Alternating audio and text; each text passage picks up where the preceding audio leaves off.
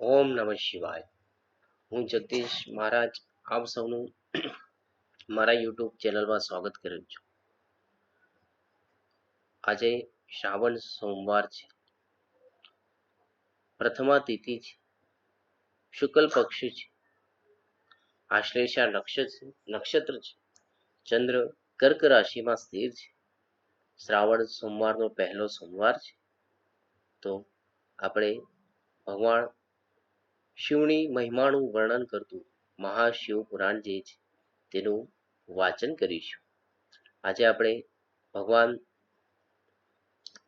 શિવની જે મહાપુરાણ છે તેનું મહાત્મ્ય વાચન કરીશું ને આવતીકાલથી આપણે એક અધ્યાયની શરૂઆત કરીશું.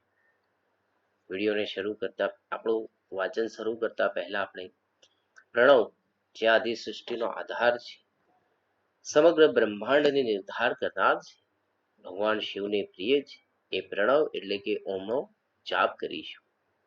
દીર્ઘ શ્વાસ લઈશું.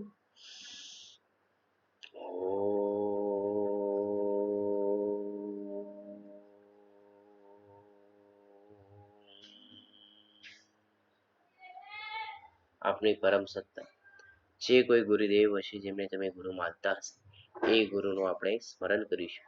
ઓમ બ્રહ્માનંદમ પરમ સુખદમ કેવલમ જ્ઞાનમૂર્તિ દંડાતીતમ ગગન સદૃશ્યમ તત્વમસ્યાદિલક્ષ્યમ એકમ નિત્યમ વિમલચલનમ સર્વદી સાક્ષીભૂતમ ભાવાતીત ત્રિગુણરહિતમ સદ્ગુરુ તમ નમામિ. અખંડાનંદ બોધાય શિષ્ય સંતાપહારિણે સચ્ચિદાનંદ રૂપાય તસ્મૈ શ્રી ગુરુવે નમઃ. ભગવાન વ્યાસને આપણે પ્રણામ કરીશું. વ્યાસાય વિષ્ણુરૂપાય વ્યાસરૂપાય વિષ્ણવે નમો વૈ બ્રહ્મનિધયે વસિષ્ઠાય નમો નમઃ. ત્યાર પછી ભગવતી ગાયત્રીને આપણે પ્રણામ કરીશું. એક વખતમાં ગાયત્રીનું સ્મરણ કરીશું. ઓમ ભૂર્ભુવઃ સ્વઃ તત્સવિતુર્વરેણ્યં ભર્ગો દેવસ્ય ધીમહિ ધિયો ન પ્રચોદયાત્. ભગવાન ગણપતિનું આપણે સ્મરણ કરીશું. અભિસિદ્ધાર્થ સિદ્ધયે પૂજિતો યઃ સુરાસુરે સર્વ વિઘ્ન હર્તસ્મૈ શ્રી ગણાધિપતયે નમઃ.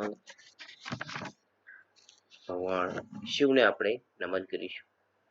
વંદે દેવ ઉમાપતિમ સુરગુરુમ વંદે જગત કારણમ વંદે પન્નગભૂષણમ મૃગધરમ વંદે પશુનામ પતિ વંદે સૂર્ય શશાંક વહિનમ વંદે મુકુંદ પ્રિયમ વંદે ભક્તજના આશ્રયચમ વરદમ વંદે શિવ શંકરમ ત્ર્યંબકમ યજામહે સુગંધિમ પુષ્ટિવર્ધનમ વારુકમેવ બંધનાત્ મૃત્યુર્મોક્ષીય મામૃતામહ. હવે સમસ્ત માધ્યમોથી આપણા મનને એક સ્થિર માધ્યમ પર લઈ છે. આપણા મનને આપણે સ્થિર કરીશું અને આજે શ્રી શિવ મહાપુરાણ મહાત્મ્ય જે છે તેનો આપણે આજે પઠન અને સાથે સાથે શ્રવણ કરીશું. ભવાબ્ધિ મગણમ દિનમ મા સમુદ્રમ ભવાણવાદ કર્મગ્રાહ ગૃહિતાંગ દાસોહમ તવ શંકર. શૌનકજીના સાધન વિષયક પ્રશ્ન કરવા પર સુતજીએ એમને શિવપુરાણના ઉત્કૃષ્ટ મહિમાનું શ્રવણ કરાવ્યું. શ્રી શૌનકજીએ પૂછ્યું, મહાજ્ઞાની સુતજી, આપ સંપૂર્ણ સિદ્ધાંતોના જ્ઞાતા છો. પ્રભુ, મને પુરાણની કથાઓના સાર તત્વોનું વિશેષ રૂપે વર્ણન કરવા કૃપા કરશો. જ્ઞાન અને વૈરાગ્ય સહિત ભક્તિથી પ્રાપ્ત થનાર વિવેકની વૃદ્ધિ કેવી રીતે થાય છે અને સાધન પુરુષ કેવી રીતે પોતાના કામ, ક્રોધ વગેરે માનસિક વિકારોનું નિવારણ કરે છે. આ ઘોર કળિયુગમાં જીવ ઘણું કરીને આસુરી સ્વભાવના થઈ ગયા છે. એ જીવ સમુદાયને શુદ્ધ એટલે કે દૈવી સંપત્તિથી યુક્ત કરવા માટે સર્વશ્રેષ્ઠ ઉપાય કયા છે? આપ આ સમયે મને એવું કોઈ શાશ્વત સાધન બતાવો જે કલ્યાણકારી, વસ્તુઓમાં પણ ઉત્કૃષ્ટ અને પરમ મંગલકારી હોય તથા પવિત્ર કરનારા ઉપાયોમાં પણ સર્વોત્તમ પવિત્રકારક ઉપાય હોય. તાત એ સાધન એવું હોય જેના અનુષ્ઠાનથી તરત જ અંતકરણની વિશેષ શુદ્ધિ થઈ જાય અને તેથી નિર્મળ ચિત્તવાળા પુરુષને સદાને માટે શિવની પ્રાપ્તિ થાય. શૌનકજીની વાત સાંભળી શૌનકજીનો પ્રશ્ન સાંભળી સૂચિ કહે છે, હે મુનિશ્રેષ્ઠ શૌનક, તમે ધન્ય છો, કેમ કે તમારા હૃદયમાં પુરાણ કથા સાંભળવા માટે વિશેષ પ્રેમ અને લાલસા છે. એટલા માટે હું શુદ્ધ બુદ્ધિથી વિચાર કરીને તમને પરમ ઉત્તમ શાસ્ત્રનું વર્ણન કરી રહ્યો છું. બસ તે સંપૂર્ણ શાસ્ત્રોના સિદ્ધાંતથી સંપન્ન, ભક્તિ વગેરેને વધારનારું અને ભગવાન શિવને સંતોષ પમાડનારું છે. કાન માટે રસાયણ અમૃત સ્વરૂપ અને દિવ્ય છે. તમે એનું શ્રવણ કરો. હે મુને, તે પરમ ઉત્તમ શાસ્ત્ર છે. શિવ પુરાણ, જેનું પહેલા પૂર્વ કાળમાં ભગવાન શિવે જ પ્રવચન કર્યું હતું, આ કાલરૂપી શાપથી પ્રાપ્ત થનાર મહાન ત્રાસનો વિનાશ કરનારું ઉત્તમ સાધન છે. ગુરુદેવ, વ્યાસે સનત કુમાર મુનિનો આદેશ મેળવીને સંક્ષેપમાં પુરાણનું પ્રતિપાદન કર્યું છે. આ પુરાણની રચના પાછળ હેતુ એ છે કે કળિયુગમાં પેદા થનારા મનુષ્યના પરમ હિતનું આ સાધન છે. આ શિવપુરાણ ઉત્તમ શાસ્ત્ર છે અને આ ધરતી પર ભગવાન શિવજીનો સાક્ષાત વાંગ્મય વિગ્રહ શિવ સ્વરૂપ છે. વાંગ્મય એટલે કે સાહિત્ય, સાહિત્યિક સ્વરૂપ છે ભગવાન શિવનું.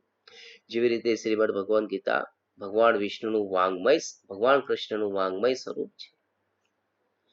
સમજાવવું જોઈએ અને બધી રીતે એનું શ્રવણ કરવું જોઈએ. આનું પઠન અને શ્રવણ સર્વ સાધન રૂપ છે. આ સાધનથી શિવ ભક્તિ પ્રાપ્ત કરીને શ્રેષ્ઠતમ સ્થિતિમાં પહોંચેલો માનવ તરત જ શિવપદને પ્રાપ્ત કરી લે છે. એટલા માટે જ સંપૂર્ણ પ્રયત્ન કરીને માનવોએ આ શિવ પુરાણ વાંચવા, સાંભળવાની ઈચ્છા કરી છે અથવા આ પુરાણના અધ્યયનને અભિષ્ટ ઈચ્છિત સાધન માન્યું છે. આ રીતે આનું પ્રેમપૂર્વક શ્રવણ પણ સંપૂર્ણ મનોવાંછિત ફળ પ્રદાન કરનારું છે. ભગવાન શિવના આ પુરાણને સાંભળીને મનુષ્ય બધા પાપોથી મુક્ત થઈ જાય છે. ભગવાન શિવના આ પુરાણને સાંભળીને જીવનમાં મોટા મોટા ઉત્કૃષ્ટ ભોગ ભોગવીને અંતે શિવલોકને પ્રાપ્ત કરી લે છે. હવે આ શિવ પુરાણ નામનો જે ગ્રંથ છે તે 24,000 શ્લોકો વાળો છે. એની 7 સંહિતાઓ છે. મનુષ્ય માટે જરૂરી છે કે તે ભક્તિ, જ્ઞાન અને વૈરાગ્યથી સંપન્ન થઈને બહુ જ આદરથી આનું શ્રવણ કરે. 7 સંહિતાથી યુક્ત આ દિવ્ય પુરાણ પરબ્રહ્મ પરમાત્માની જેમ જ બિરાજમાન છે અને સર્વથી ઉત્કૃષ્ટ ગતિ પ્રદાન કરવા વાળું છે. જે કોઈ નિરંતર અનુસંધાન પૂર્વક આ શિવ પુરાણને વાંચે છે અથવા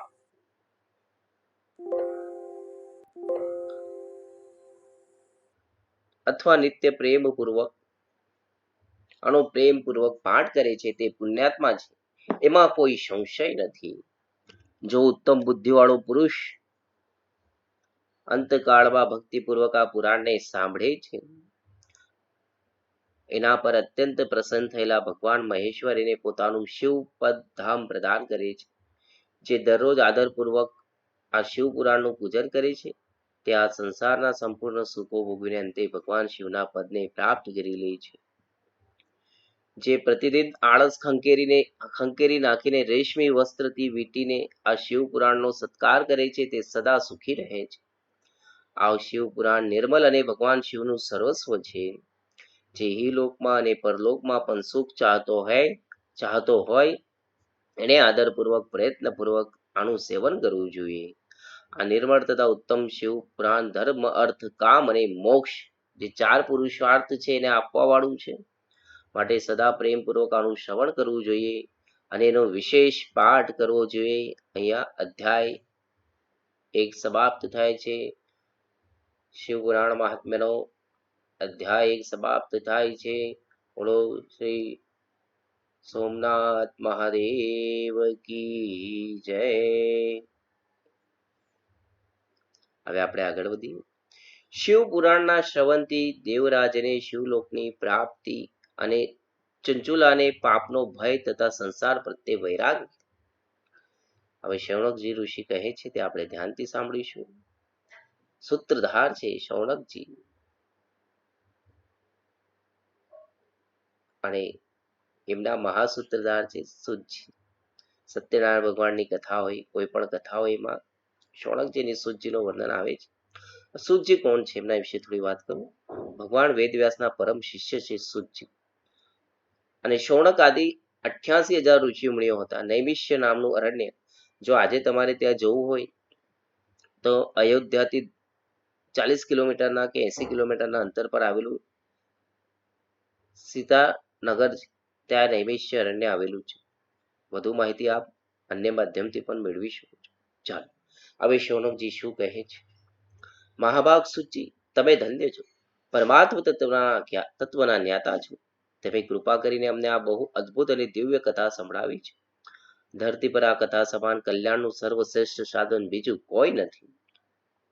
એ વાત અમે આજે તમારી કૃપાથી નિશ્ચયપૂર્વક સમજી લીધી છે. સુતજી, કળિયુગમાં આ કથાના શ્રવણ દ્વારા કયા કયા પાપી શુદ્ધ થાય છે તેમને કૃપાપૂર્વક બતાવો અને આ જગતને કૃતાર્થ કરો. શૌનકજીની વાત સાંભળી સુતજી બોલ્યા, મુને, જે મનુષ્ય પાપી, દુરાચારી, ખલ અને કામ ક્રોધ વગેરેમાં નિરંતર ડૂબેલા છે તે પણ આ પુરાણના શ્રવણ પઠનથી અવશ્ય શુદ્ધ થઈ જાય છે. આ વિષયમાં જાણકાર મુનિ આ પ્રાચીન ઇતિહાસનું ઉદાહરણ આપ્યા કરે છે, જેના શ્રવણ માત્રથી પાપોનો સંપૂર્ણ નાશ થઈ જાય છે. હવે કથા શરૂ થાય છે. વાર્તા છે. ઘણા સમય પહેલાની વાત છે. કોઈ જગ્યાએ કિરાતોના નગરમાં એક બ્રાહ્મણ રહેતો. તે જ્ઞાનમાં અત્યંત દુર્બળ અને દરિદ્ર હતો. રસ વેચનારો હતો અને વૈદિક ધર્મથી વિમુખ હતો. તે સ્નાન, સંધ્યા વગેરે કર્મોથી ભ્રષ્ટ થઈ ગયો હતો અને વૈશ્ય વૃત્તિમાં તત્પર રહેતો હતો. એનું નામ હતું દેવરાજ. તે એવા લોકોને ઠગી લેતો જે એના ઉપર વિશ્વાસ રાખતા. એને બ્રાહ્મણો, ક્ષત્રિય, વૈશ્યો અને શુદ્રો તથા બીજા ઘણાઓને પણ અનેક બહાના બનાવીને એમનું ધન હડપી લીધું હતું. પરંતુ એ પાપીનું થોડું પણ ધન ધાર્મિક કાર્યોમાં વપરાતું ન હતું. તે વૈશ્યાગામી વ્યભિચારી જીવન જીવતો હતો અને બધી જ રીતે આચાર ભ્રષ્ટ હતો. જો મનુષ્યના જન્મથી નહીં પણ કર્મથી મહાન બને છે. બ્રાહ્મણના વર્ણમાં એનો જન્મ થયો છે પણ એના કર્મો અત્યંત ખરાબ છે. એટલે ભલે બ્રાહ્મણના વર્ણમાં જન્મ્યો છે પણ એને બ્રાહ્મણ ગણાશે નહીં. વ્યક્તિના કર્મો જ એનું વર્ણ નિર્ધારિત કરે છે. ભગવાન વાલ્મીકી, જેમને હું એમને ભગવાન કહું છું, એમને રામાયણ જેવો મહાન અમૂલ્ય ગ્રંથ આપ્યો. ઘણા ઇતિહાસમાં ઉદાહરણ છે. એક દિવસ ફરતા ફરતા તે દૈવ યોગથી પ્રતિષ્ઠાનપુર ઝુસી પ્રયાગમાં જઈ પહોંચ્યા. ત્યાં તેને એક શિવાલય જોયું. એમાં ઘણા સંત મહાત્માઓ એકત્ર થયા હતા. દેવરાજે તે શિવાલયમાં ધામા નાખ્યા, પરંતુ તે જ અરસામાં તેને તાવ આવી ગયો. એ તાવથી એને ખૂબ વેદના થવા લાગી. ત્યાં તે શિવ મંદિરમાં એક બ્રાહ્મણ દેવતા કથાકાર શિવપુરાણની કથા સંભળાવી રહ્યા હતા. તાવમાં પડેલા દેવરાજને બ્રાહ્મણે પેલા કથાકારની કથા શિવકથાને નિરંતર સાંભળ્યા કરી 1 માસ સુધી તે તાવમાં તડફ્યો અને મરી ગયો. યમરાજના દૂતો આવ્યા અને એને પાશોથી મુશ્કેટાટ બાંધીને બળપૂર્વક યમનગરીમાં લઈ ગયા. એટલામાં શિવલોકથી ભગવાન શિવના પાર્ષદો પણ આવી ગયા. એ પાર્ષદો ગોર અંગ કપૂરની જેમ ઉજ્જવળ હતા. હાથમાં ત્રિશુલ શોભી રહ્યા હતા. એમના બધા અંગોએ ભસ્મ જોડેલી હતી અને રુદ્રાક્ષની માળાઓ ગળામાં શોભાની વૃદ્ધિ કરતી હતી. એ બધા પાર્ષદો એકી સાથે ક્રોધપૂર્વક યમનગરીમાં ગયા અને યમરોજના દૂતોને મારીને વારંવાર ધમકાવીને તેમને દેવરાજને એમના ચુંગાલમાંથી છોડાવી લીધો અને અત્યંત અદ્ભુત વિમાન પર બેસાડીને જ્યારે એ તમે ચિત્રમાં જોઈ શકો છો, એ પાર્ષદો કૈલાસમાં જવા તૈયાર થયા. એ સમયે યમપુરીમાં બહુ મોટો કોલાહલ થયો. આ કોલાહલ સાંભળીને યમરાજ પોતાના ભવનમાંથી બહાર આવ્યા. સાક્ષાત જાણે બીજો રુદ્રો જ હોય એવો દેખાવ તેવા 4 દૂતોને જોઈને ધર્મજ્ઞ ધર્મરાજાએ એ શિવ પાર્ષદોનું વિધિપૂર્વક પૂજન કર્યું અને જ્ઞાન દ્રષ્ટિ પામી જઈને સર્વ હકીકત જાણી લીધી. એમને ભયને લીધે ભગવાન શિવના મહાત્મા પાર્ષદોને કશી વાત પૂછી નહીં. ઉલટાને એ બધા પાર્ષદોનું પૂજન કર્યું, પ્રાર્થના કરી. ત્યાર પછી એ શિવ પાર્ષદો કૈલાસ તરફ જતા રહ્યા અને ત્યાં પહોંચીને પેલા દેવરાજ બ્રાહ્મણને દયા સાગર સાંબ શિવના હાથમાં સોંપી દીધો. શૌનકજી બોલ્યા, હે મહાભાગ સુજી, તમે સર્વજ્ઞ છો. એ મહામતે, આપના કૃપા પ્રસાદથી હું વારંવાર કૃતાર્થ થયો છું. આ ઇતિહાસની કથા સાંભળીને મારું મન અત્યંત આનંદમાં નિમગ્ન થઈ રહ્યું છે. તેથી હવે ભગવાન શિવની ભક્તિ વધે, પ્રેમ વધે તેવી શિવ સંબંધી બીજી કથાનું પણ શ્રવણ કરાવો. શ્રી સુજી બોલ્યા, શૌનક સાંભળો. હું તમારી સામે અત્યંત ગોપનીય ગૂઢ કથા વસ્તુનું વર્ણન કરીશ, કેમ કે તમે શિવ ભક્તોમાં અગ્રગણ્ય છો તથા દેવ વેતાઓમાં પણ શ્રેષ્ઠ. સમુદ્રની પાસેના પ્રદેશમાં વાસ્કલ નામે ગામ છે. ત્યાં વૈદિક ધર્મથી વિમુખ મહાપાપી બ્રાહ્મણ દ્વિજો નિવાસ કરે છે. એ બધા દુષ્ટ છે. એમના મન દૂષિત વિષ ભોગોમાં જ લાગ્યા રહે છે. તેમને દેવતાઓ પર વિશ્વાસ નથી અને ભાગ્ય ઉપર પણ વિશ્વાસ નથી. એ સૌ કુટિલ વૃત્તિવાળા છે, ખેતી કરે છે અને જાત જાતના ઘાતક હથિયારો અસ્ત્ર શસ્ત્ર રાખે છે. તેઓ વ્યભિચારી અને ખલ છે. જ્ઞાન, વૈરાગ્ય અને સદધર્મનું સેવન જ મનુષ્ય માટે પરમ પુરુષાર્થ છે, એ વાતને તેઓ બિલકુલ જાણતા નથી. એ બધા પશુ બુદ્ધિ વાળા છે. જો વિચાર કરો, જો જે આ દ્વિજો જ આવા હોય તો બીજા લોકોની શું વાત, બરોબર ને? જો બ્રાહ્મણો જ કે જેને આપણે સમાજમાં ઉચ્ચ દ્રષ્ટિએ જોઈએ છે, એ જ લોકો આવું વર્તન કરે તો બીજાની શું વિષાદ. અન્ય વર્ણના લોકો પણ આ લોકોની જેમ જ કુત્સિત વિચાર ધરાવતા હતા. સ્વધર્મ વિરુદ્ધ છે, ખલ છે, તે સદા કુકર્મમાં લાગ્યા રહેતા હતા. નિત્ય વિષય ભોગમાં જ ગળા સુધી ડૂબેલા હતા. ત્યાંની સ્ત્રીઓ પણ કુટિલ સ્વભાવની હતી, સ્વેચ્છારેણી, પાપાસક્ત, કુત્સિત વિચારો વાળી અને વ્યભિચાર કરવા વાળી. એમનામાં સદવ્યવહાર અને સદાચારનો લેશ માત્ર છાંટો નથી. સદાચારથી સર્વતા શૂન્ય છે અને આ રીતે તે વાસ્કલ ગામમાં દુષ્ટો જ નિવાસ કરે છે. એટલે વાસ્કલ ગામ જે છે એના સમગ્ર લોકો દુષ્ટ છે. પુરુષ, સ્ત્રી બધા જ લોકો દુષ્ટ સ્વભાવના છે. હવે એ જ વાસ્કલ ગામમાં કોઈ એક સમય બિંદુક નામનો બ્રાહ્મણ રહેતો હતો. તે તદ્દન અધમ હતો, દુરાત્મા અને મહાપાપી હતો. જો કે એની પત્ની ખૂબ સુંદર હતી, તો પણ આ બિંદુક બ્રાહ્મણ કુમાર્ગે જ જતો હતો. એની પત્નીનું નામ હતું ચંચુલા. એ ચંચુલા સદા ઉત્તમ ધર્મ પાલનમાં તત્પર રહેતી હતી. તેમ છતાં એને છોડીને આ બિંદુક બ્રાહ્મણ દુષ્ટ બ્રાહ્મણ વૈશ્યગામી થઈ ગયો હતો. આ રીતે આવા કુકર્મમાં પડેલા બ્રાહ્મણને બહુ વર્ષો થઈ ગયા. એની પત્ની ચંચુલાને કામ વ્યાપે તો પણ સ્વધર્મનો નાશ થશે એ ભયથી કલેશ કરીને પણ લાંબા સમય સુધી ધર્મભ્રષ્ટ ન થઈ. પરંતુ દુરાચારી પતિના આચરણથી પ્રભાવિત થઈને આગળ જતા તે ચંચુલા પણ દુરાચારીની બની ગઈ. આ રીતે દુરાચારમાં ગળાડૂબ એ મૂળ ચિત્તવાળા પતિ પત્નીનો બધો સમય વ્યર્થમાં વહ્યો ગયો. ત્યાર પછી શુદ્ર જાતીય વૈશ્યનો પતિ બનેલો પેલો દૂષિત બુદ્ધિવાળો દુષ્ટ બિંદુક બ્રાહ્મણ સમય જતા મરણને શરણ થયો અને નરકમાં પડ્યો. ઘણા દિવસ સુધી નરકમાં દુઃખો ભોગવીને તે મૂળ બુદ્ધિ પાપી વિંધ્ય પર્વત પર ભયંકર પિશાચ થયો. આ બાજુ પેલા દુરાચારી બ્રાહ્મણ પતિ બિંદુકના મરણ પછી પેલી મૂળ હૃદયા ચંચુલા ઘણો સમય પોતાના પુત્રોની સાથે ઘરમાં રહેવા લાગી. એક દિવસ દૈવ યોગે કોઈ પુણ્ય પર્વ આવ્યું. ત્યારે ચંચુલા ભાઈ બંધુઓ સાથે ગોકર્ણ ક્ષેત્રમાં ગઈ. તીર્થયાત્રીઓના સંગથી એને પણ એ સમયે જઈને કોઈ પવિત્ર તીર્થના જલમાં સ્નાન કર્યું. પછી તે સામાન્ય રીતે મેળો જોવાની વૃત્તિથી બંધુજને સાથે અહીં તહીં ફરવા માંડી. ફરતા ફરતા તે દેવ મંદિરમાં ગઈ. ત્યાં તેને એક દૈવજ્ઞ બ્રાહ્મણના મુખે ભગવાન શિવની પરમ પવિત્ર અને મંગલકારીની ઉત્તમ પૌરાણિક કથા સાંભળી.